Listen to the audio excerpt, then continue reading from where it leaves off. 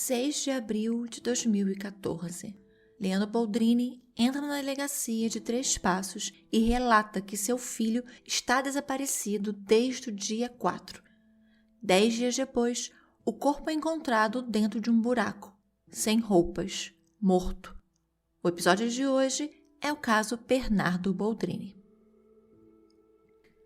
Para quem sentiu falta de episódio na semana passada e não segue o podcast ainda lá no Insta, ainda estou, com uma quantidade de conteúdo e de casos para fazer que eu não tô dando conta, gente. E como eu já disse aqui, eu não quero fazer episódios de 15 em 15 dias, porque eu gosto de episódios semanais, gosto de podcasts com episódios semanais, mas eu realmente estava muito exausta, eu não estava dormindo, eu não estava comendo, então eu precisei parar por esses dias para conseguir tentar, além de me organizar, conseguir descansar um pouco, tirar um tempo para mim e tentar, me organizar para que eu permaneça com os episódios semanais. Então, muito obrigada à mensagem de vocês que ficaram preocupados, a quem me segue lá no Instagram e viu meu desabafo e entenderam, me mandaram diversas mensagens de apoio, de carinho. Então, muito obrigada por vocês terem entendido que eu precisava desse tempo. E agora nós estamos de volta, gente. E também muito obrigado aos novos apoiadores do Sob Investigação. A Juliana, o Davidson, a Aline e o Márcio. Gente, do fundo do meu coração, muito obrigada. Vocês que tornam tudo isso aqui possível. Então, assim, eu não tenho palavras para agradecer vocês. E se você quer também, além de ter seu nome aqui no início do episódio, ajudar o Sob Investigação a continuar, nós estamos na Aurelo com uma campanha de apoio. A partir de R$3 você já pode contribuir. E se você, no momento, não puder ajudar financeiramente, ouça os episódios para o aplicativo da Aurelo. Eles remuneram simbolicamente a cada reprodução. E mesmo sendo pouco, ajuda demais, gente. Nos siga lá no Instagram também, que inclusive tá rolando lá um sorteio de 2 livros. Você só precisa entrar e lá comentar na foto do sorteio, que tá fixada lá no topo do perfil, com eu quero. Você não precisa seguir, gente, olha, não precisa marcar ninguém, entendeu? Só comenta que você já tá participando. Claro, adoraria que você me seguisse, mas não é um fator obrigatório, tá, gente? Então, é só ir lá, comenta eu quero para participar do sorteio que vai acontecer no fim do mês. Caso alguém citado nesse episódio queira, por qualquer motivo, entrar em contato, envie um e-mail para sobinvestigação@gmail.com. Sob investigação, sem C cedilha, sem o tio e com 2 O. Agora, bora para mais um caso? Eu penso assim, que a morte de Bernardo não aconteceu no dia 4 de abril. Bernardo teve a sua infância abortada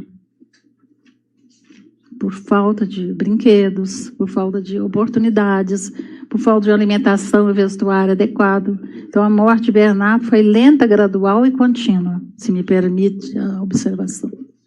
Não foi naquele dia executado. Bernardo Clione Boldrini nasceu no dia 6 de setembro de 2002, em Santa Maria, cidade no Rio Grande do Sul. O Bernardo era filho de Odilane Uglione e Leandro Boldrini.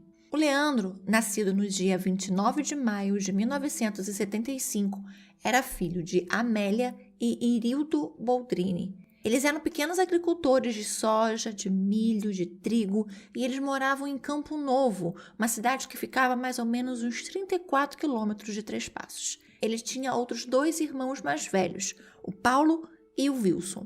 O pai acreditava que o Leandro precisava estudar, ao invés de ficar ali só trabalhando na lavoura. Ele via que ele era um menino muito esforçado, muito dedicado, então se dedicou e se esforçou bastante para dar para o Leandro uma educação melhor que ele tinha conseguido dar para os outros 2 filhos mais velhos. A diferença de idade do Leandro para o Wilson era de 12 anos. Então, quando ele nasceu, os pais dele tinham uma condição um pouquinho melhor. Essa condição um pouco melhor permitiu que o pai dele o matriculasse no Colégio Ipiranga, que é uma escola particular em Três Passos. O Leandro ia e voltava para o Campo Novo sempre de van. Ele era um aluno muito dedicado, muito esforçado. Ele chegou até a estrelar um comercial do Ipiranga nos anos 80. Depois de concluir o ensino médio, o Leandro foi estudar em Santa Maria para fazer 6 meses de pré-vestibular.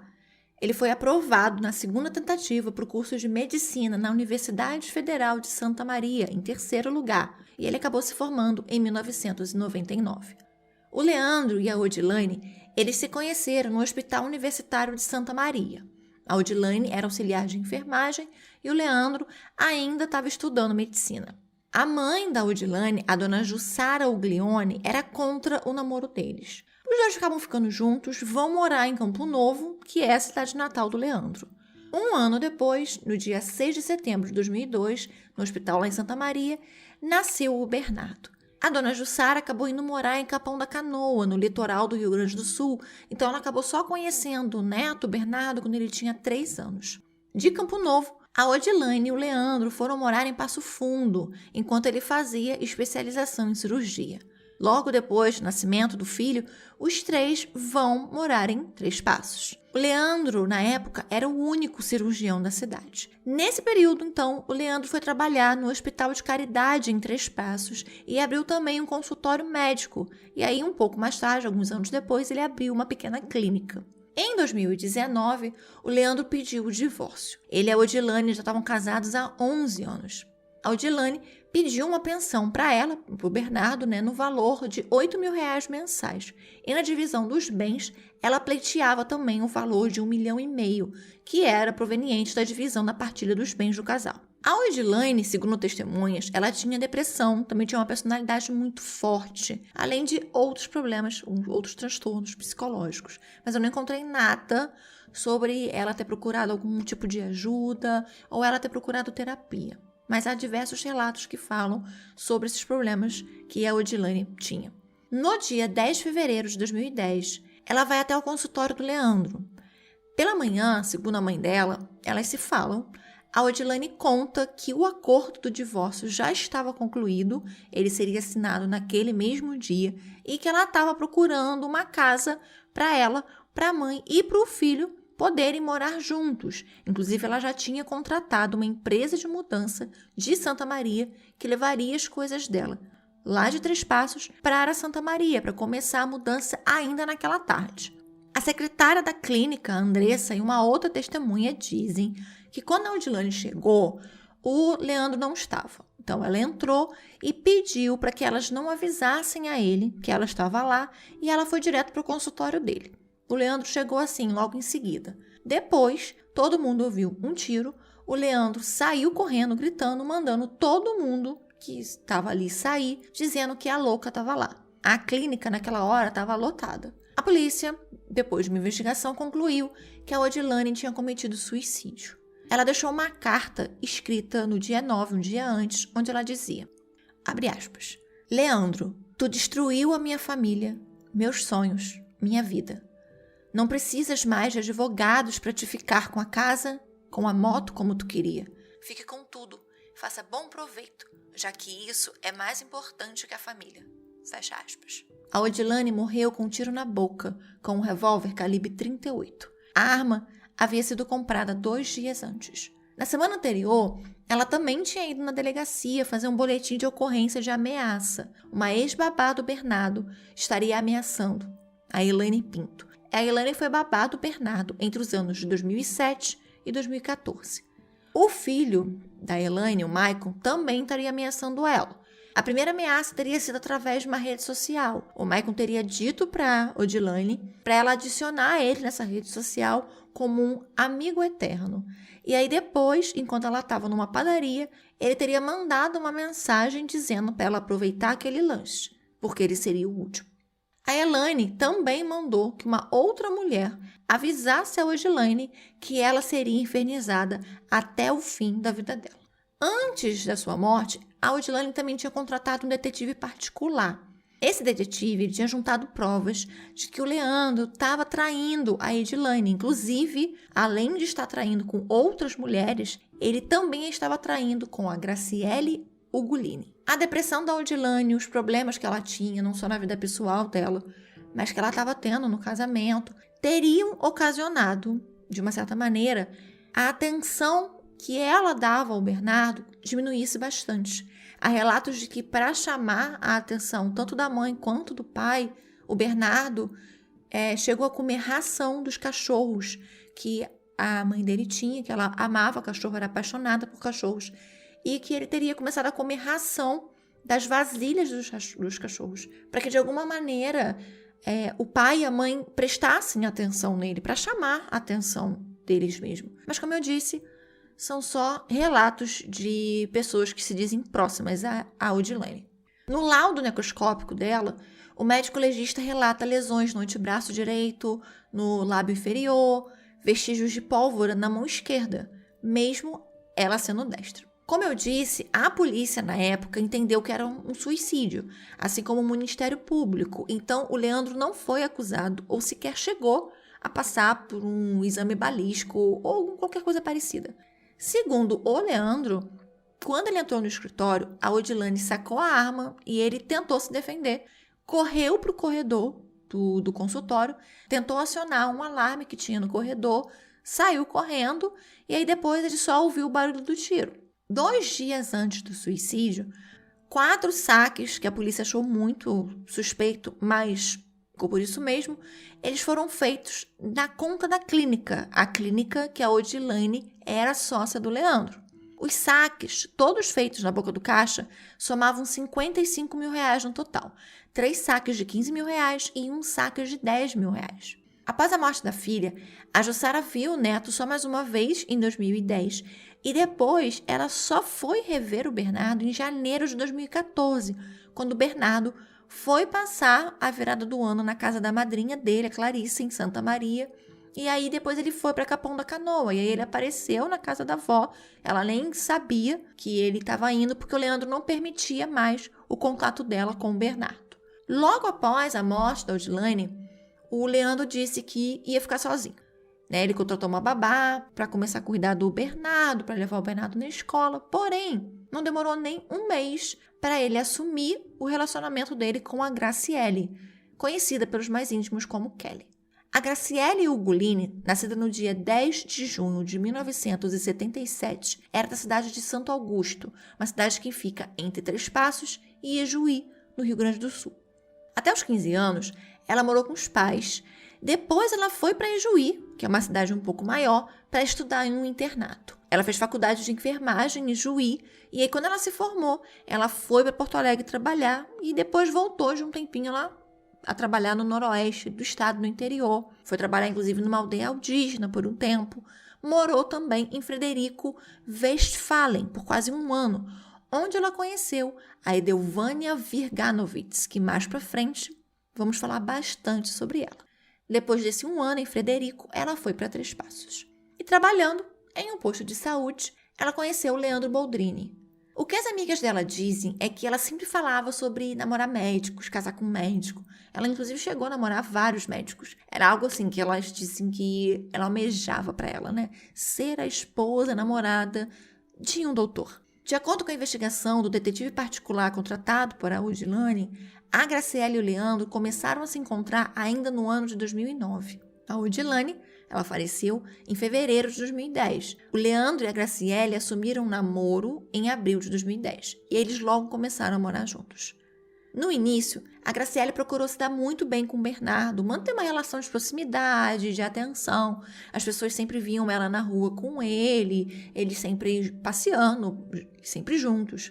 Nessa época, o Leandro já era diretor do Hospital de Caridade de Três Passos, era um diretor técnico. Ele era, como eu disse, o único cirurgião geral da cidade, além de trabalhar na clínica dele particular. Mas o Bernardo não gostava da Graciele. E vamos lembrar que ele tinha perdido a mãe dele há 3 meses. Então, ele já era um menino carente de atenção. E aí, de repente, assim, ele ainda sentindo a dor da perda da mãe, da maneira que foi. Logo, tem uma outra mulher na vida do pai dele. O pai que alegava que não tinha tempo para cuidar dele. E não só na vida do pai dele, mas dentro da casa dele. Então, ele não tinha mais contato também com a avó materna, que era um elo com a mãe. E, para completar isso tudo, ele só tinha 7 anos quando a mãe dele morreu. Quando o Leandro contou que ele ia casar, a mãe do Leandro, né, a avó paterna do Bernardo, conta que o Bernardo disse que era melhor esperar ele morrer para depois casar, porque era muito nítido que ele não gostava da Graciele e que ele não aprovava aquele novo relacionamento do pai dele. O Bernardo começou então a ficar muito tempo fora de casa. Ele procurava abrigo na casa dos amigos de escola, como na casa do melhor amigo dele, o Lucas, e também na casa do casal Petri, José Carlos e a Jussara, a tia Ju e o tio Carlinhos, como ele chamava. O abandono tanto afetivo quanto material do Bernardo era notado pelas pessoas que eram próximas. Ele estava sempre de uniforme. Raras vezes as pessoas viam ele com roupas normais, roupas de casa, roupa de sair. Os uniformes, inclusive, eles eram comprados pelo casal Petri. A tia Ju era a vizinha da Odilane e do Leandro desde que o Bernardo era bem pequenininho, então ela acompanhou o crescimento dele. Ela era dona de uma confecção que também produzia os uniformes das escolas da região.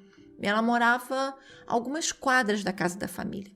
Depois da morte da mãe, o Bernardo começou a ir sempre para a casa dela. Mas em 2012 e 2013, a frequência passou a ser muito maior.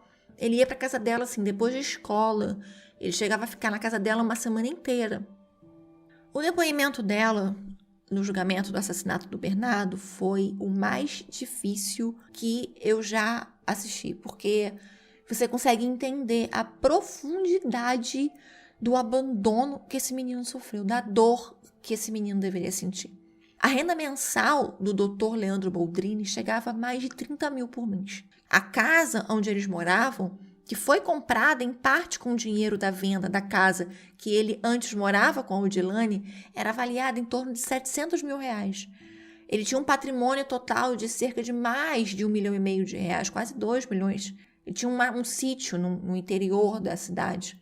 E mesmo uma casa nova, recém-comprada. As fotos internas da casa depois eu vou deixar para vocês no blog. Mesmo com carros, com motos, ele tinha uma Veloster vermelha, que era novo na época. A Graciele tinha uma caminhonete, uma Mitsubishi, uma R200, cabine dupla. Então, mesmo morando numa casa grande, confortável, com piscina, o Bernardo passava fome.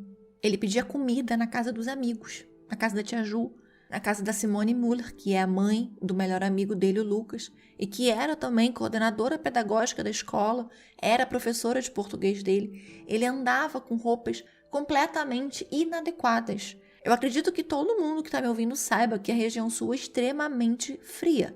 E por diversas vezes, o Bernardo estava só com uma camisa de manga fina, ou então com roupa curta mesmo, com temperatura abaixo de 0 graus. Para lanchar na escola, ele frequentemente pedia que a tia Ju permitisse que ele comprasse a merenda na escola, porque em casa, apesar de 4 funcionárias, ele não tinha permissão de comer e ele estava com fome. E aí ela permitia que ele comprasse, botava na conta e depois ela passava no final do mês e pagava. O marido da Simone Müller, o Edson, era dono de um restaurante e o Bernardo ia sempre lá para comer. A Graciele acabou engravidando e durante a gravidez dela e depois o nascimento da Maria Valentina, a filha dela e do Leandro, a maneira que ela tratava o Bernardo piorou de maneira drástica, para não dizer maquiavélica. Ela começa a falar para as amigas, para colegas de trabalho, que o Bernardo era um estorvo na vida deles, que ele era um psicopata, que ele era violento, que ela não aguentava mais ele, que tinha medo de que ele matasse a meia-irmã. Assim como aconteceu com a primeira mulher, a Graciele também se tornou sócia da clínica que o Leandro tinha de endoscopia e de colonoscopia, que ele mudou de lugar. A clínica cresceu, foi toda renovada. Ela largou o trabalho dela na prefeitura e foi trabalhar com ele meio período para ajudar, tanto no hospital quanto na clínica. Eles não chegaram a casar no civil, mas eles assinaram uma união estável e ela passou a ser responsável pela vida financeira do Leandro, além de sócia dele. Em 2013, o Leandro sofreu um acidente de moto e precisou ficar internado por 30 dias. Aí o Bernardo foi mandado para a casa da tia Ju com meia dúzia de roupa. Assim, não tinha praticamente nada na mala que eles mandaram. Nesses 30 dias, ele não viu o pai, não foi autorizado a ir visitar o pai.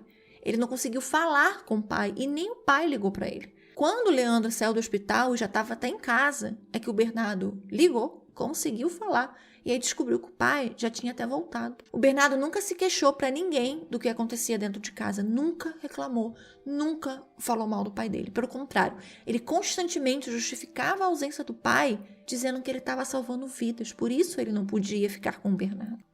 Por influência de uma amiga da família, a dona Nelgra, que era chamada de Bugra, o Bernardo começou a fazer catequese. Ele chegou até a ser coroinha do padre algumas vezes. Quando ele completou a catequese, o Bernardo não queria participar da formatura. A Bugra, que acompanhava sempre ele na catequese, avisou então a tia Ju que ele não queria participar. E quando ela foi perguntar para o Bernardo, ele disse que não iria participar, porque para participar ele precisava de roupa nova, ele precisava de sapato. E ele não tinha, e que o pai ia viajar, e ninguém ia com ele, queria ficar sozinho. Então a Jussara sai com ele para comprar roupa nova, para comprar sapato, para comprar tênis. E aí ela e o marido vão na formatura, que aconteceu no dia 24 de novembro de 2013. O pai dele não foi na formatura, porque o pai dele tinha um casamento para ir. Ele até diz no julgamento que o Bernardo avisou em cima da hora, avisou na sexta-feira de uma festa de comunhão que ia acontecer no domingo, e que o casamento já estava combinado há 2 meses. Então, mesmo ele ainda se recuperando do acidente, que ele quase morreu nesse acidente, ele se deslocou até a cidade de Santo Ângelo, que não é nada perto de 3 Passos, para ir a um casamento da amiga da Graciele. Mas ele não foi na comunhão do filho, porque o Bernardo não avisou com antecedência.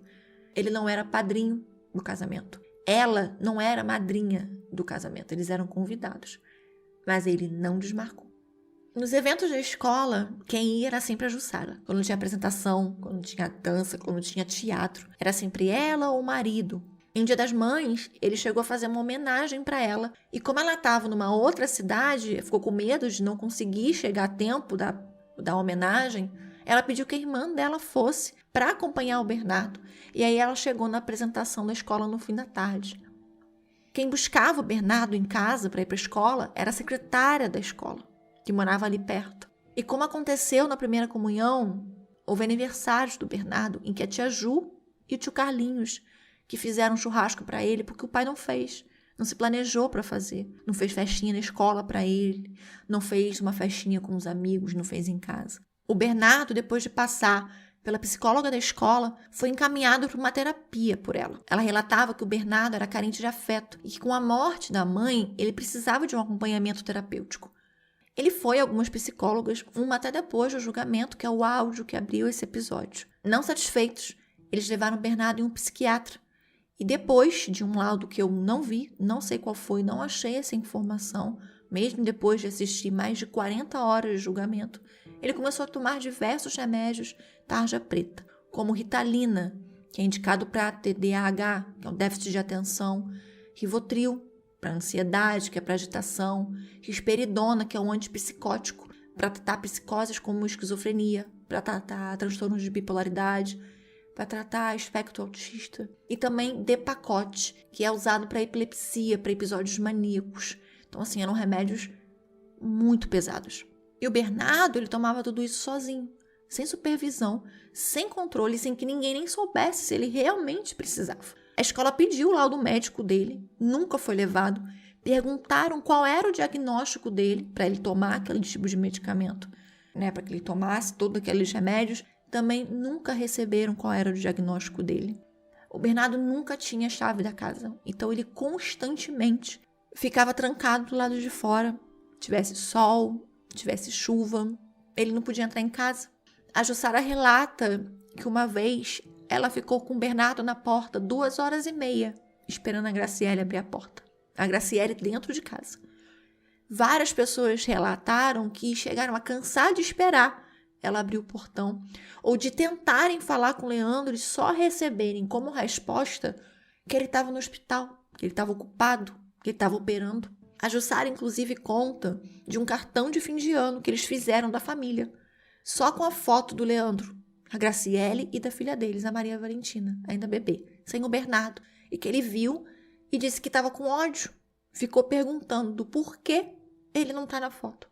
Então, vocês imaginam o que isso faz com a cabeça de uma criança de 9, de 10 anos, ver o pai formar uma família nova e ele simplesmente não existir. A psicóloga Ariane, que foi a que teve no julgamento, conta que o Bernardo não era permitido brincar com a irmã. Os cachorros que eram da mãe dele e que ele gostava foram doados. Ele não podia usar TV, ele não podia usar computador, ele não tinha permissão para entrar na piscina.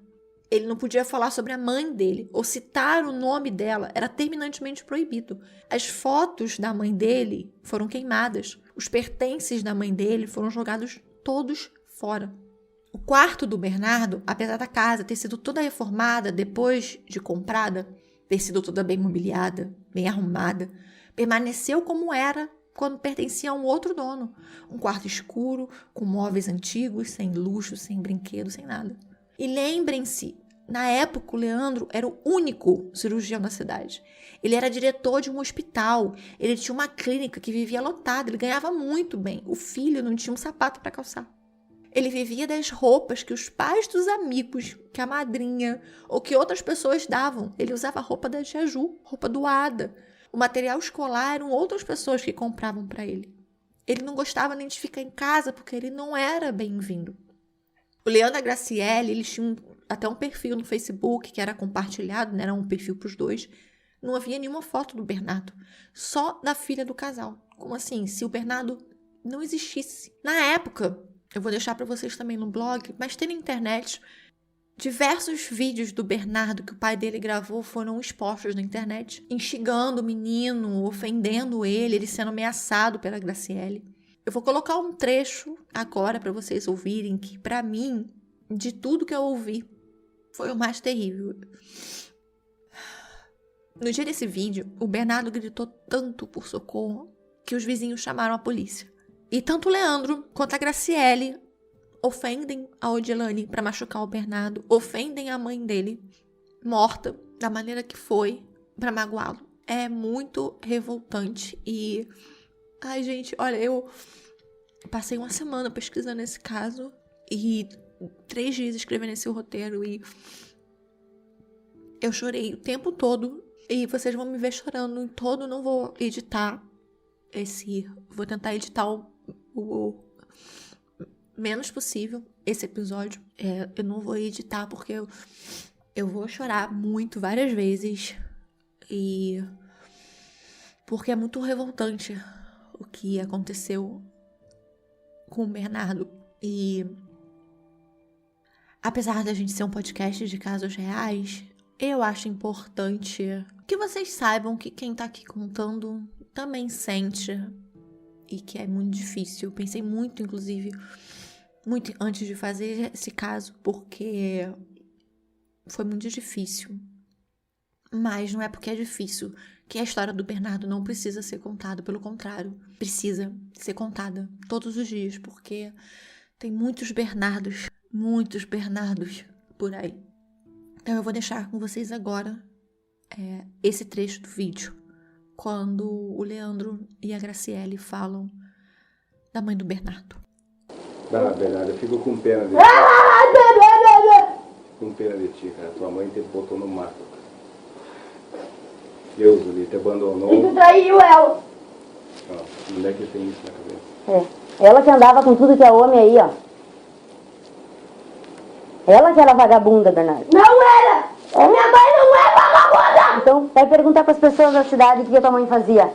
Pergunta? Pergunta? Então pergunta para as pessoas da cidade o que a tua mãe fazia pro teu pai. Eu sei que a tua mãe é o máximo pra ti, mas simplesmente ela te abandonou. E ela não me abandonou. Foi só da tua que tava brigando com ela, foi a tua assim! Ela que tentou matar o teu pai. Porque ele tava incomodando ela. Foi lá na vila, o cara comprou um 38, foi lá no consultório com 2 balas. O pai tinha que ter matado mesmo. Tinha que ter matado mesmo. O que ia ficar de ti? O que ia sobrar de ti? Tu vai que tinha que ter matado. O que eu tenho que ver, cara? Tem que morrer. Eu tenho que pagar a minha vida por causa de gente à toa? Sim. Vai Gente ter. que não presta? Vai ter. Tu vai que tu morra. E entrando com doente que morre.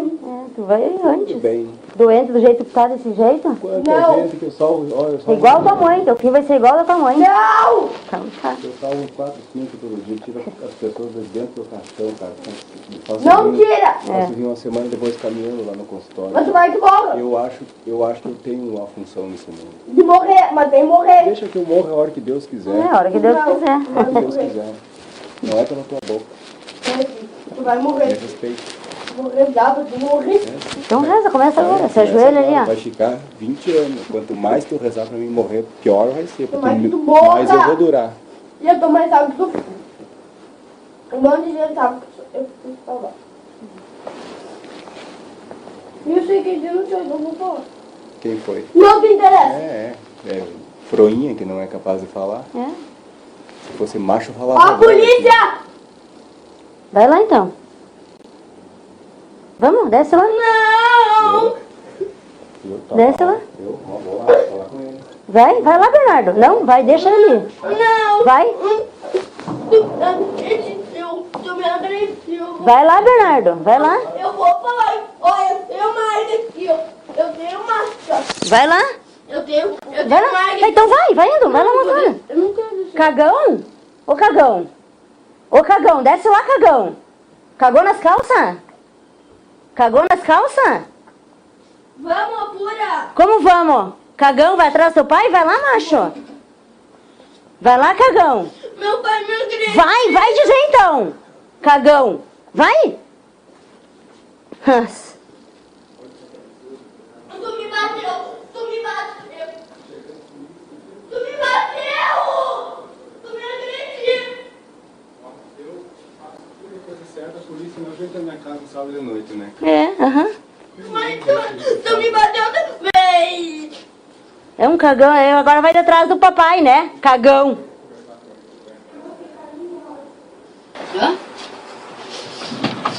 Esse remédio aqui que tu tomar. Eu quero me matar. Preciso de uma água aqui. Quantos quilos tem? Não sei. Então, Eu quero. 60 gotas. aí vai sair a tabela.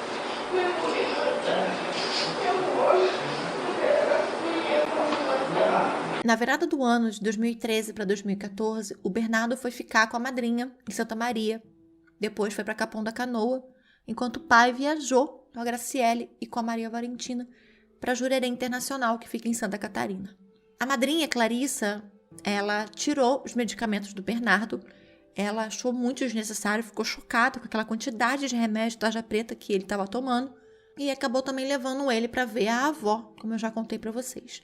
Em janeiro de 2014, o Bernardo procurou o fórum sozinho e pediu para falar com um juiz, que, no caso, quem o atendeu foi o juiz Fernando Vieira dos Santos, da Vara da Infância e Juventude, e ele também falou com a promotora Dinamárcia Maciel. O Bernardo pediu para ter outra família. Ele queria poder brincar com a irmã, ter roupa, comer, e queria que o pai ficasse com ele. No ano anterior, em 2013, o Conselho Tutelar já havia sido acionado sobre o que estava acontecendo com o Bernardo, sobre ele ficar abandonado na rua, sobre a falta de higiene dele, a falta de alimentação, a desnutrição que ele estava, do total descaso, dos maus tratos. Algumas conselheiras foram na escola, foram na casa dele, ouviram pessoas próximas, mas o caso não andou. Como não tinha nenhum relato de violência física, ninguém disse que ele era agredido, não tinha nada que indicasse agressão, eles não deram prosseguimento. Uma babá do Bernardo encontrou com ele na rua e ele contou para ela que a Graciele tinha tentado sufocar ele com um travesseiro, que ela batia nele com uma vassoura. Então a Elaine, que é essa ex-babá, ligou então para Jussara, a avó materna dele, e contou o que estava acontecendo. O advogado dela foi no Conselho Tutelar em Santa Maria, avisou no Conselho Tutelar também de Três Passos, e aí eles enviaram tudo para o Ministério Público. Ainda em 2013, o Leandro pegou um vídeo que o Bernardo aparece com um facão, que é muito conhecido, né? Até hoje, acho que muita gente lembra desse vídeo. Ele fica chamando o menino de machão, fica provocando o menino. E aí ele levou esse vídeo na delegacia, dizendo que ele queria se precaver. E aí o investigador pediu que ele procurasse um conselho tutelar, porque ele não via ali nada que ele pudesse fazer para ajudar o que fosse um caso de polícia. Então a gente vê aqui que foi uma sequência do tipo, isso não é comigo, quem resolve não sou eu, sabe? Um jogo de empurra. Foi isso que aconteceu. Em dezembro de 2013, a dona Jussara continuou insistindo com o Ministério Público sobre o caso, porque ela queria ficar com a guarda do neto dela. Como eu ia dizendo, ele foi no fórum, pediu para falar com o juiz e falou também com a promotora, a Dina Márcia. Ela não registrou formalmente no dia o que o menino falou, mas eu vou ler para vocês um trecho do relato dela sobre esse dia e sobre essa conversa. Abre aspas. A minha madrasta é uma bruxa. Ela me xinga de tudo que você possa imaginar. E o meu pai dá razão para ela. Eu não tenho comida de noite porque eu não tenho tata, que é a forma que eles chamam a empregada, a babá. Eu tenho que tomar leite, comer banana, fazer ovo cozido. Ou então, eu vou comer na casa dos meus colegas. Não tenho chave de casa. Ela briga comigo e eu tenho que esperar 10h30 da noite o pai chegar para eu poder entrar em casa. E eu não aguento mais isso. Deram todos os meus cachorros e hoje foi a gota d'água, porque ela me chamou de viadinho e eu atirei um copo nela. O copo não pegou, mas eu tô com medo, eu tô cansado. Eu nunca tinha feito isso de atirar um copo nela. Então eu não quero mais ficar naquela casa. Eu tô na casa da tia Ju. Desculpa, gente. E eu queria te dizer assim, promotora. Eu quero que a tia Ju e o marido dela sejam meus novos pais, porque eu quero ter paz com amor. Fecha aspas. Na semana seguinte, a promotora ingressou com uma ação protetiva para trocar a guarda do Bernardo e ir para a avó materna e fazer também um estudo social com o acompanhamento de uma psicóloga. Ela pediu uma investigação por negligência afetiva e abandono familiar, mas o juiz, quando ele recebeu a denúncia, ele achou melhor chamar o pai para conversar. A audiência aconteceu no dia 11 de fevereiro. O Bernardo queria brincar com a irmã, queria ter um animal de estimação, queria ter a chave da casa para conseguir entrar. O Leandro ouviu todas as orientações, tudo que o filho disse e prometeu que iria melhorar a relação deles e resolver tudo. Ficou acertado que os dois precisariam voltar em 90 dias e o Bernardo ficou feliz com a promessa do pai dele, então ele aceitou ficar em casa. Mas a Graciele não gostou nada do Bernardo ter ido ao fórum. E foi a partir desse dia que ela começou a falar que daria um jeito naquilo. Que tinha dinheiro, que tinha quem desse um sumiço no Bernardo. Ela procurou uma amiga chamada Sandra e insinuou o que ela pretendia fazer. Disse que a menina era um psicopata, que ela chegou a colocar uma câmera no quarto da filha por medo e que para ela e para o Leandro, o Bernardo precisava morrer. E não só para essa amiga, ela contou. Na clínica, ela disse que se tivesse um poço, ela e o Leandro já tinham dado um jeito no Bernardo. Ninguém denunciou. Ninguém achou que aquilo era uma ameaça séria. Uma amiga da Odilane prometeu dar a Bernardo um aquário usado, mas ele ficou muito empolgado em poder ter peixe. E ele começou a pesquisar tudo sobre peixe, como cuidar, como ter, quais que ele podia ter dentro do aquário. No dia 2 e no dia 3, ele foi até em algumas lojas para saber o que ele ia precisar para botar no aquário. Ficou lendo sobre peixes. O combinado com essa amiga da mãe dele era de que na sexta, no dia 4, ele ia lá na casa dela buscar o aquário. Naquele mesmo dia, no dia 2, a Graciele foi para Frederico Westphalen, a cidade onde ela já havia morado, e ela foi encontrar com a Edelvânia, aquela que eu falei para vocês lá no início. A Edelvânia era nascida e criada em Frederico. Ela trabalhava como assistente social e também como assistente farmacêutica. Ela ganhava ali em torno de R$2.000 por mês. Depois do crime, tudo que aconteceu, o Conselho Federal do Serviço Social disse, inclusive, que ela não era assistente social, porque parece que ela não tinha o registro funcional do Conselho Federal. Segundo a Edelvânia, a Graciela procurou depois de um tempo, já que elas não se viam, reclamando do Bernardo, falando do quanto ele era perigoso, do quanto ela tinha medo de que, ao fazer 18 anos, o Bernardo lapidasse, destruísse, acabasse com tudo que ela e o Leandro haviam conquistado. Ela estava com o Leandro há 4 anos. Então, assim, o Bernardo não podia ter o que o pai trabalhou, né, depois que ele conheceu a Graciele. E ele também não podia ter o que o pai e a mãe dele construíram durante mais de 10 anos que eles ficaram juntos. Então, assim, acho que na cabeça dela, só quem tinha que ficar com qualquer coisa era a filha dela. Seja o que foi conquistado enquanto ele estava casado com a mãe do Bernardo, seja aquilo que ele conquistaria depois de já estar com ela. Ela diz para Edelvânia que a vida dela era um inferno por causa do Bernardo, que ele era difícil de lidar, que ele tentou matar o pai com um facão. No primeiro depoimento na delegacia, a Edelvânia afirma que a Graciele então prometeu a ela um dinheiro, muito dinheiro, para que ela ajudasse a dar um jeito no Bernardo, que não ia ter sangue, não ia ter nada violento, ia ser só uma picadinha. E aí ela ofereceu primeiro 20 mil reais, e aí depois ela prometeu que quitaria todo o apartamento dela, que ela tinha comprado em janeiro daquele ano, pelo programa Minha Casa Minha Vida, que era algo em torno de 90 mil reais, mais ou menos. Disse também que o Leandro não sabia do que ia acontecer, mas que depois ele ia agradecer a ela, porque aquele incômodo ia acabar. No dia 2, as duas vão a uma farmácia, em Frederico, com uma receita controlada com um carimbo de Leandro, em nome da Edelvânia. E lá elas compram o Midazolam. O Midazolam, ele é um remédio que o Leandro usava muito na clínica para sedar os pacientes que ele fazia endoscopia. E que a técnica de enfermagem, a Cecília, que era responsável pelos medicamentos e que trabalhava com ele, já tinha avisado a Graciele que várias ampolas tinham sumido do armário onde elas ficavam. Era ela que fazia o controle da medicação. Ela já tinha notado que tinha sumido o medicamento. Depois da farmácia, elas vão numa loja de ferramentas. Em depoimento, o vendedor, inclusive, diz que a Edelvânia perguntou o que era preciso para cavar um buraco. E aí ele falou para ela que precisava de uma pá e de uma cavadeira. Só que ele não tinha na loja. Então, ele indicou outra loja para elas irem, uma loja que ficava bem pertinho. Então, elas vão nessa outra loja, compram as duas ferramentas e também vão no mercado e compram soda cáustica. Uma câmera de vigilância lá em Frederico, na região ali do rio, que tinha no Rio Mico. Era um local bem isolado e que seria o último lugar que o Bernardo iria, e ficaria um carro, uma caminhonete preta, cabine dupla, muito parecido com o da Graciele, é visto passando no dia 2, em torno ali de 3 da tarde, e voltando quase uma hora depois. Aparentemente, todo o plano estava arquitetado. Segundo o inquérito policial, a cova do Bernardo foi aberta nesse dia, após a compra das ferramentas em um local a 500 metros da casa da mãe de Edelvânia. No dia 4, o Bernardo estava super animado que ia pegar o aquário. Foi assim, na vida dele, uma manhã atípica. Um início de tarde completamente fora do normal. Ele pôde brincar com a irmã, ele almoçou com o pai dele, com a madrasta, ele pôde até repetir o almoço.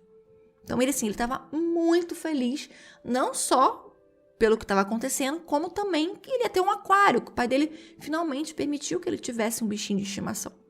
A justificativa da Graciele para ir para Frederico era comprar uma televisão nova. Então ela queria comprar na Magazine Luiza em Frederico, não queria comprar em Três Passos. Então o Bernardo ia pegar o aquário e depois ela ia comprar a TV.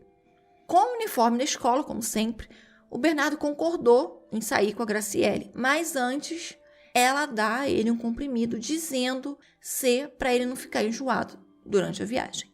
Antes de sair, o Bernardo liga para a tia Ju, mas não consegue falar com ela.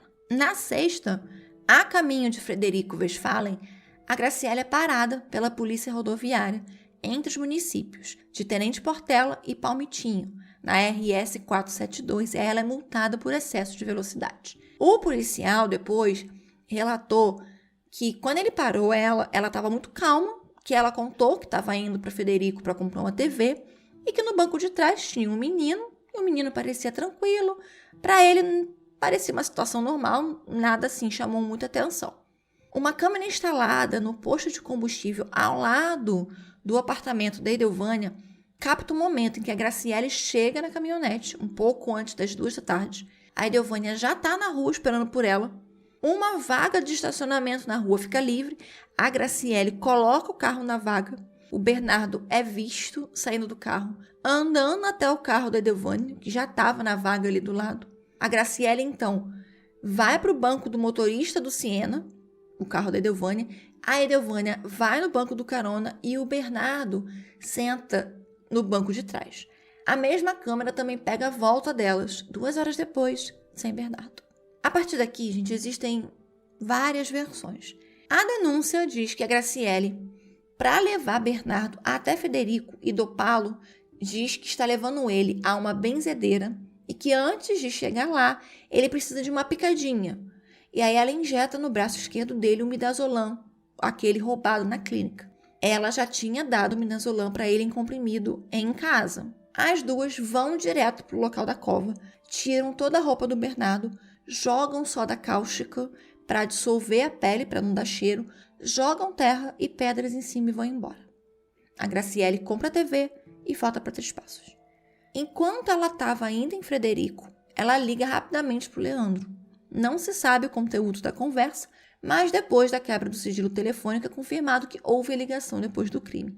Ele diz que não lembra do que foi conversado, ela também diz que não se recorda do que foi conversado. O boletim de desaparecimento do Bernardo só é aberto pelo Leandro no dia 6 de abril, no domingo à noite. Quando questionado sobre o porquê ter demorado para reportar o sumiço, ele diz que acreditava que o filho estava na casa de um amigo, como ele sempre fazia. Como o Bernardo tinha sido orientado a voltar até às 7 horas de domingo, depois daquela audiência judicial que teve, ele só procurou o Bernardo depois desse horário. Ele soube pela Graciele que ela tinha ido com ele na sexta tarde a Frederico comprar TV e pegar o aquário.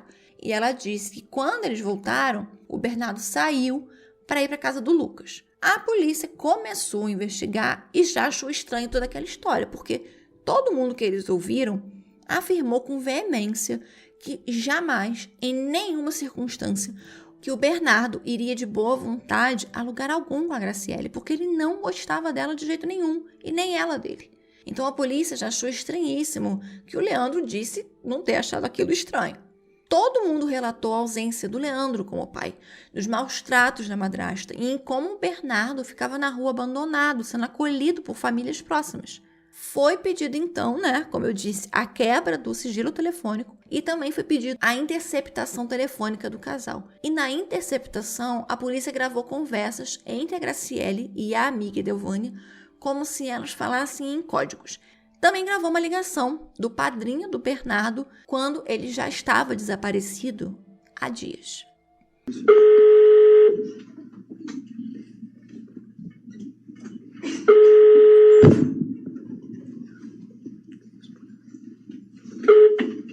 Alô? Alô? Alô? Quem fala? Alô? Quem fala? Quer falar com quem, meu filho? Quem tá falando? É o Ari? Daí, Leandro? Opa, o que tá fazendo? Não, estou juntos nas buscas. Cara, me diz uma coisa. É nada mental daí, cara? Não, ainda não. E a Kelly? Ninguém sabe. Ah, a Kelly voltou com esse piá, Leandro. Como? A Kelly voltou com esse piá? De Frederico. Voltou. Não tem certeza, Leandro? Tenho, cara. Cara, vocês não estão armando, cara. De que jeito, Ari? Leandro, eu tô falando sério, Leandro. Tu quer falar com ela aqui? Quero. Tá, pode ir lá e dar no meu bola. Cara, Leandro, eu tô indo com o Dudu pra ir, hein? Viu? Nós estamos indo com o Dudu pra ir amanhã. E vou levar uma velha Juju e os capanha dela também. Tá? Amanhã estamos chegando tudo aí. Tá, Leandro? Ari, fala com a Kelly aqui, ó. Oi, Ari. Kelly, tu trouxe esse pau de volta, Kelly? Mas com certeza que eu não vou nem nada. Como não, Kelly? Tu deu vassourada no guri na sexta-feira, Kelly. Tá o quê? Tu deu vassourada no guri na sexta-feira? Vassourada? É. Meu Deus, da onde isso aí? Kelly, tu trouxe esse piado de volta, Kelly? Eu trouxe esse piado com certeza, Ari. Eu vou tirar você dessa zoninha de conforto, Kelly. Eu vou tirar você dessa zoninha de conforto, Kelly. Tá? Viu? Vocês estão escutando? Ô, Ari, você tá... Por que você tá transtornado desse jeito, cara? Como assim, cara? Teu filho sumiu fazer uma semana, tu tá aí dormindo com essa vagabunda, rapaz. Pô, cara, vai tomar no teu cu. Vai tomar no teu cu, caralho. Pô, rapaz, tu tá dormindo aí, tu não tá fazendo nada, rapaz. Tu dormindo, caralho, cara. Você tem culpa no cara. Quando o desaparecimento chegou ao conhecimento do Conselho Tutelar, o Conselho mandou um ofício para o Ministério Público e foi somente aí que o juiz suspendeu a guarda do pai, caso Bernardo fosse encontrado com vida. Todos os que acolhiam Bernardo ficaram desconfiados do comportamento do casal. No mesmo dia 4, eles foram para uma festa, para uma balada na cidade próxima, em 3 de maio, o que sem nem se dar o trabalho de ligar para o filho, confirmar onde ele estava, ligar para a família Muller para saber se ele realmente estava lá. né? Já que a Graciele disse que estaria lá, foi aproveitar a noite. Então, um médico que sempre dizia que não tinha tempo para ajudar o filho, não tinha tempo para levar o filho no dentista, não tinha tempo para ir uma consulta da psicóloga dele, não tinha tempo para ir na escola ver um boletim numa reunião de pais, não tinha tempo de conversar com ele em casa, mas tinha tempo para ir numa balada, numa cidade a quilômetros de distância. Porém, após o desaparecimento, ele apareceu no domingo à noite no restaurante dos Müller, procurando pelo filho, para buscar o filho, o que ele nunca tinha feito. Ele ligou para várias pessoas, pegando o número delas no caderno que o Bernardo tinha de telefones, o que também ele jamais havia feito. Pelo contrário, além dele nunca atender a ligação das pessoas, ele até aquele dia nunca tinha ligado para ninguém preocupado com o filho dele, para confirmar até se o filho dele realmente tinha ido para lá. 3 dias depois do sumiço, o Leandro ligou para a Rádio Farroupilha para falar do desaparecimento do filho. É bem interessante esse áudio. Ele se refere ao filho como o menino. Ele não sabia as roupas que ele usava. Provavelmente o uniforme, ele disse. Claro, era só o que o Bernardo tinha. Eu estou com um amigo lá de Três Passos, é um filho desaparecido, o Dr. Boldrini. Como vai o senhor? Boa noite. Boa noite. Em que posso ajudá-lo, doutor? Não, é que assim, ó, a gente está com a Polícia Civil e Brigada Militar e assim, a gente está procurando esse menino, é o Bernardo Uglione Boldrini, né? Bernardo... Então, Bernardo Uglione... Uglione Boldrini. Sim. Então ele está desaparecido já há uma semana e a gente está, enfim, fazendo todos... Qual a idade do Bernardo? 11 anos tem o menino, 11 anos. Quais são as características dele? Ele é um menino de moreno, cabelo curtinho, de 1,50 m de altura, peso de 34, 35 quilos, né? E, então, assim, ele está desaparecido desde domingo, a gente está com... Ele desapareceu de Três Passos? Desaparecido de Três Passos, Ele morava com o senhor? Morava comigo, morava com a nossa família aqui, né? Então, assim, a gente está com força-tarefa com a Polícia Civil, com Brigada Militar, né? Vários delegados, a gente. Veio o pessoal do Departamento da Criança aí de Porto Alegre nos auxiliar. Sim, sim. E, então, assim, a gente não tem pistas, né? De onde possa estar esse menino e o senhor acha que ele saiu de casa ou foi retirado de casa por alguém? O que o senhor... Não. Provavelmente, assim, a informação que a gente tem é que ele saiu de casa para ir no amiguinho, só que ele não chegou no amiguinho, entendeu? Aí em Três Passos? Aqui em Três Passos mesmo. Que roupa ele estava usando, doutor? Olha, assim, ó, a roupa praticamente era do colégio, assim, camiseta preta e calça de colégio, talvez uma calça vermelha, mas não tenho como precisar exatamente que, né, a roupa especificamente, assim, né? Mas assim, ó, na internet tem fotos dele e então, né, esses cartazes de divulgação que a gente fez e pôs na rede, né? Sim. Então eu acho que assim que qualquer anúncio seja válido para tentar encontrar esse menino, entendeu? É Bernardo Uglione Boldrini. 11 anos. Ele é moreninho, 1,50 m, aproximadamente 34 quilos, saiu de casa domingo. Tem horário ou não? Na verdade a gente perdeu o contato pessoal com ele desde sexta, só que daí, como ele teria estado na casa de um colega, eu fui na casa do colega, então a partir de domingo é que eu fiz o boletim de ocorrência, né? Sim. Um telefone para contato. Eu acho que dá para ligar para o 190, porque daí o 190 é integrado com a polícia aqui de Três Passos e eu acho que a Brigada Militar ou 197 também, né? Sim. Como é seu nome? É Leandro Boldrini. Eu sou o pai do menino. Ok. Tá bom, meu amigo? Tá bom, senhor. Tá bom. Tá dado o recado aqui, tá? Tá. Eu agradeço, de coração. Sempre às ordens. Muito obrigado. Obrigado. Dona Amélia, a avó paterna do Bernardo, vai até Três Passos, ali pelo dia 7 mais ou menos, e ela diz em uma entrevista que o filho disse lá na casa dele, apontando para Graciele, abre aspas, eu sou inocente, mas você vai pagar. fecha aspas. E ele não parou de trabalhar. Na segunda, ele manteve a rotina normalmente. Na quarta-feira, consta na denúncia do Ministério Público que a Graciele pagou R$6.000 em notas de 50 e 100 a Edelvânia, que no mesmo dia pagou as prestações que estavam atrasadas do apartamento dela. No dia seguinte, no dia 14, segundo a Edelvânia, ela procurou a Graciele e falou que ia contar tudo para a polícia. Por vontade própria, ela vai até a delegacia e, enquanto fica ali mascando um chiclete, calmamente, conta para a polícia aonde o corpo do Bernardo estava enterrado. Imediatamente a polícia vai com ML, com perícia, todo mundo para o local que ela indicou. O Bernardo estava nu em um matagal na beira do rio Mico, em local de difícil acesso, num estado de quase total putrefação. Ele foi colocado dentro de um saco de lixo e jogado num buraco em posição fetal. Na versão da Edelvânia, que pelo menos nessa primeira versão, ela conta que ao ver o Bernardo desmaiado, depois da injeção, ela ficou desesperada e quis levar ele para um hospital para tentar reanimá-lo, mas que a Graciele a ameaçou de morte, de culpar ela pelo assassinato, porque ela era rica, porque ela tinha dinheiro.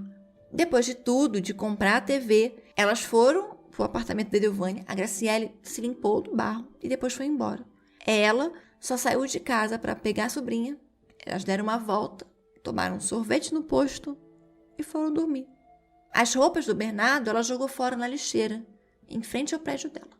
O carro foi lavado no posto. O Leandro e a Graciele foram presos no mesmo dia, preventivamente. O Leandro disse que não estranhou a história da mulher dele porque achou que o Bernardo ter concordado em ir com ela era um sinal de que eles estavam se entendendo e que era bom que eles pudessem ter tido a oportunidade de ficarem juntos um pouco. As brigas entre o Bernardo e ela tinham, sim, se intensificado depois do nascimento da Maria Valentina e que, sim, ele não era um pai presente, mas era porque ele trabalhava muito. Ele não tinha como imaginar que ela poderia estar envolvida de alguma maneira. Mas a versão da Graciele já é completamente diferente. Ela tinha tido depressão pós-parto e ela tinha medo do Bernardo porque ele era muito agitado. E que ela negligenciou o menino porque ela estava preocupada com a filha dela. Ela não estava conseguindo dormir. Então, ela pegou uma receita do Leandro, que estava carimbada, falsificou a assinatura dele para poder comprar o midazolam para ela. O porquê a receita estava em nome da Edelvânia e do porquê ela só comprou o remédio lá em Frederico Westphalen, ela não explicou. Quando no almoço, enquanto o Leandro, ela diz que foi dormir, comentou que ela ia para Frederico, na mesa do almoço, o Bernardo quis ir também, mesmo ele tendo o dentista marcado para aquela tarde. E ela deu um Dramin para ele. No caminho, a polícia parou ela e o Bernardo, devido ao excesso de velocidade. O Bernardo começou a ficar muito nervoso, com medo deles serem presos, então ela deu para ele um dos midazolam dela. Mas como ele não se acalmava, ela deu para ele a bolsa dela, passou para ele a bolsa dela e mandou que ele pegasse um remédio e tomasse. Chegando em Frederico, elas trocaram de carro porque Edelvânia tinha comprado o carro há pouco tempo, ainda não sabia dirigir muito bem e pediu que ela levasse o carro. A ideia era a Graciele deixar os dois na praça, ir ao encontro de um homem que ela diz ter um caso, um ex-namorado de quando ela morava em Frederico Westphalen, um tal de Rodrigo, depois comprar TV e voltar para buscar os dois. Só que dentro do carro o Bernardo desmaiou e ela viu que faltavam 5 pílulas de midazolam. A Edelvânia se desesperou, queria levar ele para o hospital para fazer uma lavagem estomacal, mas ela se negou a socorrer, com medo de acharem que ela tinha matado ele de propósito. E aí ela implorou que a amiga ajudasse ela, e foi quando a Edelvânia deu a ideia, então, de levar ele naquele local, no matagal. E aí elas cavaram um buraco com o macaco do carro. Ela não tentou fazer a reanimação, ela conferiu o pulso, disse que não tinha mais nada o que fazer, ele estava morto, e que o que dava para fazer era jogar o corpo do menino dentro de um buraco. Em todos os depoimentos que ela deu, sempre isentou o Leandro. Muitos dizem que a intenção dela em isentar ele é de que, como ele era o provedor, era quem ganhava o dinheiro, era a chance que ela tinha de ter alguém para poder pagar a defesa dela e para poder prover ela depois que tudo aquilo acabasse. O laudo de necropsia do Bernardo foi morte de causa indeterminada, com um tipo de morte violenta. O midazolam foi encontrado no fígado, nos rins e no estômago dele. O caso tomou proporção nacional. O descaso e o sofrimento que o Bernardo passou acabou revoltando não só a cidade, mas o país inteiro. Durante as investigações, a polícia descobriu que no dia 2, à noite, perto do local da cova, o carro de um dos irmãos da Edelvânia foi visto parado lá, vazio, em um local ermo. Quando ele foi chamado na delegacia, Evandro negou sequer ter estado naquele local e que não sabia de nada, mas depois de uma testemunha que achou estranho o carro parado ali, naquela hora, naquele lugar, né, um lugar que não tinha nada, anotou a placa do carro. Aí o Evandro muda a história. Aí ele diz que ele tinha emprestado o Chevette dele para uma outra pessoa. Daí surgem vídeos, câmeras que mostram o carro dele lá. Aí ele lembrou que realmente era ele e que ele estava pescando. Em maio, a polícia indicia o Evandro, prende ele por participação, alegando que ele foi até o local para terminar de cavar o buraco que elas não tinham conseguido terminar aquela tarde. Na casa da Edelvânia é encontrada a pá e a cavadeira, mas os exames periciais não conseguiram concluir se elas foram ou não usadas ali no terreno para cavar o buraco. O velório do Bernardo aconteceu no ginásio do Colégio Ipiranga. Depois ele foi enterrado no cemitério municipal de Santa Maria, do dia 16 de abril de 2014, às 10h30 da manhã, no jazido da mãe, bem ao lado do corpo dela.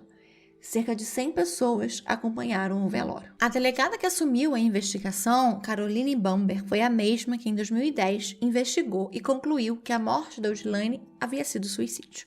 Com a morte de Bernardo, a dona Jussara pede a reabertura do inquérito do suicídio da filha e contrata a Suel Criminalística, que eu não sei se vocês conhecem, mas a Suel, ela é uma empresa de perícia técnica, né? Que ela é muito conhecida, né? Ela é uma empresa de perícia forense. Ela pertence ao Eduardo e a Rosângela Lanos. Eles já fizeram perícia técnica, foram assistentes técnicos de vários casos muito famosos. Então, assim, eles são bem grandes dentro desse mundo, né? De assistência, de perícia, de assistência técnica. E aí ela contrata eles para fazer uma reavaliação do caso. O que eles concluíram é que a carta de suicídio havia sido escrita por outra pessoa tentando imitar a letra da Odilane. Comparando com letras de pessoas próximas e que trabalhavam com o Leandro, eles apontaram que a Andressa, a secretária da clínica, é que tinha escrito o bilhete. Na época do crime, parece que a Andressa tinha comprado um apartamento, estava reformando, então as pessoas da cidade começaram a desconfiar ainda mais dela. A Andressa chegou até a precisar se mudar de cidade. Ela, claro, negou tudo. O inquérito do caso foi reaberto aí em 2015, mas em 2016 foi novamente arquivado pelo Ministério Público por falta de provas conclusivas. O Ministério Público também pediu o congelamento de todos os bens do Leandro.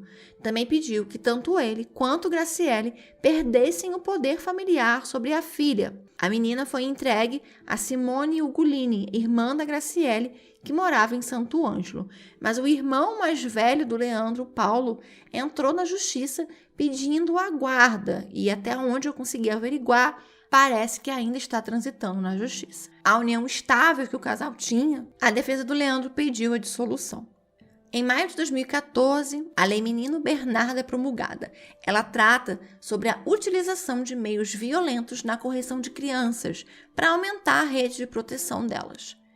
A defesa do Leandro contratou um perito grafotécnico, Luiz Passos, para debater o resultado da perícia do Instituto Geral de Perícias, que afirmou não poder concluir se a assinatura da receita usada para comprar a midazolam era ou não dele.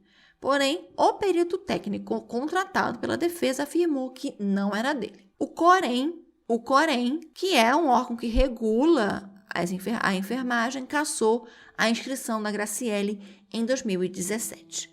No dia de hoje, 12 de novembro de 2022, eu acessei o CREMERSE, que é o Conselho Regional de Medicina do Estado do Rio Grande do Sul.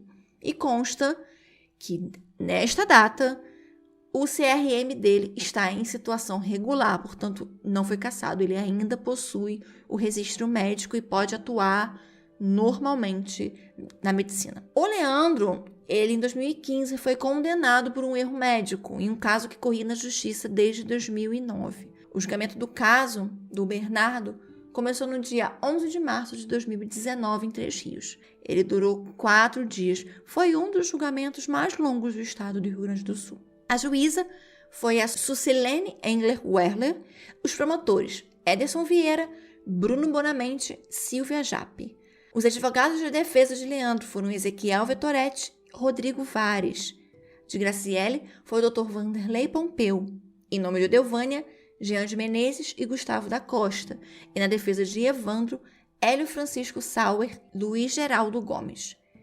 Depois de horas e horas de testemunhas, muitas horas, eu assisti todas, inclusive o debate da promotorista de defesa eu assisti 2 vezes, o Leandro foi condenado a 33 anos e 8 meses. 30 anos e 8 meses por homicídio quadruplamente qualificado, 2 anos por ocultação de cadáver, 1 ano por falsidade ideológica, por ter feito um falso reporte de desaparecimento sabendo que o filho estava morto. A Graciele foi condenada a 34 anos e 7 meses, 32 anos e 8 meses por homicídio quadruplamente qualificado, 1 ano e 11 meses por ocultação de cadáver. A Edelvânia foi condenada a 22 anos e 10 meses, 21 anos e 4 meses por homicídio triplamente qualificado, 1 ano e 6 meses por ocultação de cadáver. O Evandro foi condenado a 9 anos e 6 meses, 8 por homicídio simples e 1 ano e 6 meses por ocultação de cadáver. Mas, ao contrário dos outros 3, a ele foi permitido o regime semiaberto. Em dezembro de 2021, o primeiro grupo criminal determinou a anulação do júri do julgamento, no caso do Leandro, e mandou que fosse realizado um novo julgamento. O desembargador Honório Gonçalves acatou uma parte do pedido de nulidade da defesa devido ao comportamento de um dos promotores do julgamento, que a defesa alegou que ele, ao invés de inquirir o réu, só fez argumentações e acusações. O novo julgamento do Leandro Boldrini está marcado para o dia 20 de março de 2023, mas apesar da anulação, ele permanece preso. Então, já estou deixando aqui para vocês avisado, eu estou acompanhando esse caso. Vou acompanhar também o julgamento e caso até lá, porque geralmente acontece de, às vezes, a defesa pedir talvez alguma troca de comarca, não sei. Mas eu estou acompanhando e caso haja mudança de data, seja a data seja adiantada ou postergada, eu vou trazer para vocês, eu aviso em algum episódio, logo no início, tá? Mas eu estou acompanhando e assim que acontecer o julgamento, depois eu volto e conto para vocês, tanto no início de um episódio, como lá no Instagram, o que foi decidido nesse novo julgamento. Em maio de 2022, foi deferida a progressão de regime para o semiaberto para Edelvânia. Ela ganhou dias de redução de pena, né? Porque trabalhou na penitenciária, então ela teve 348 dias de redução da pena dela, então ela acabou completando 9 anos e 12 dias de pena, o que dá a ela o direito de pedido de progressão de regime. Então ela passou também no exame criminológico, que também é obrigatório fazer para que o juiz faça o deferimento do pedido de progressão. Então ela, assim como a Graciele, estava presa no presídio estadual feminino Madre Pelletier, que fica em Porto Alegre, e com a progressão, ela foi transferida para o Instituto Feminino de Porto Alegre, onde há a possibilidade, né? Eles têm essa ala para mulheres que estão em regime semiaberto. A Graciele continua no regime fechado. A avó materna do Bernardo, a dona Jussara, faleceu em 2017, sem ver a condenação dos acusados pela morte do neto dela. Esse caso foi um caso muito difícil para eu fazer, mexeu demais comigo, foi um dos... Eu achava que... Eu sempre falo que o caso da Liana Fenderbar e do Felipe Terra, que é um caso que eu sempre falo que eu não quero fazer, porque é um caso que me faz muito mal. A maioria das pessoas conhece como o caso Champinha, né? Eu não gosto de usar esse nome, eu prefiro usar o nome da Liana e do Felipe. É um caso que mexe muito comigo. E eu achava que esse caso da Liana e do Felipe era o caso que mexia comigo, até eu começar a pesquisar a fundo o caso do Bernardo. Era um caso que eu já conhecia e eu decidi fazer, e aí fui pesquisar mais profundamente e foi muito devastador, porque o que esse menino sofreu não tem nem nome para qualificar as maldades que essa madrasta fez pra ele. E eu nem chamaria de madrasta, porque eu mesma já fui madrasta. Conheço outras tantas, e eu sei que a maioria das madrastas tem essa fama de ser má e de maltratar o filho, de não aceitar. Eu sei disso, mas eu sei também que a maioria não é isso. Eu sei que acontece muito, mas também sei que não é a maioria dos casos. Também sei que não é fácil você ser madrasta, entrar numa relação que já está constituída e é uma relação para sempre, porque afinal de contas, a relação de mãe para filho, pai para filho, para filha é eterna. Mas o nível que a Graciele alcançou com o Bernardo, para mim, é surreal. O menino tem essa... vocês ouviram, né, no início do episódio, a fala da psicóloga que tratou ele durante um curto período, e eu precisei ouvir várias vezes esse áudio e é muito dolorido. Não só o que ela diz sobre o Bernardo não ter morrido no dia 4 de abril. O Bernardo vinha morrendo aos poucos, e é muito verdade, porque o Bernardo morreu devido à ausência, à falta que ele tinha do pai e da mãe dele, quando a mãe dele ainda era viva.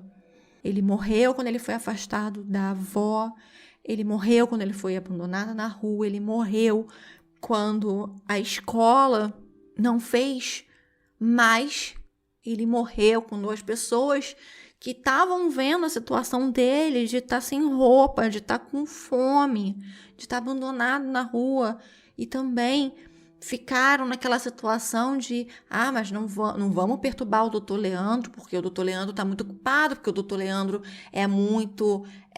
tem muitos casos para atender, sabe?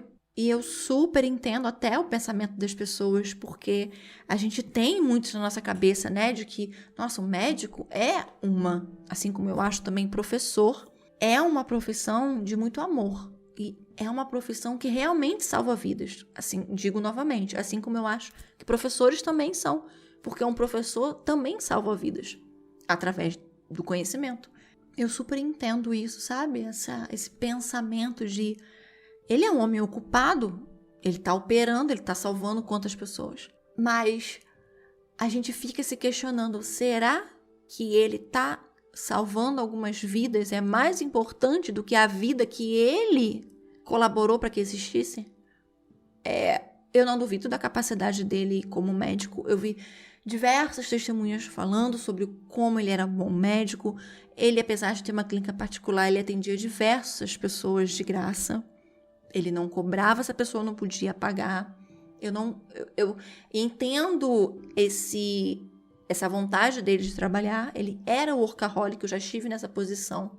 Não critico, não condeno, porque eu também já fui assim durante muitos anos da minha vida. Mas quando você vê os vídeos do Bernardo gritando, pedindo socorro, e da madrasta ameaçando ele de morrer, e o pai tá ouvindo, que tipo de pai é esse, sabe? Eu fiquei me perguntando muito isso. Que tipo de pai é esse que ouve a mulher dele ameaçando o filho e não faz nada? E ainda obriga o filho a pedir desculpa pra ela, sabe?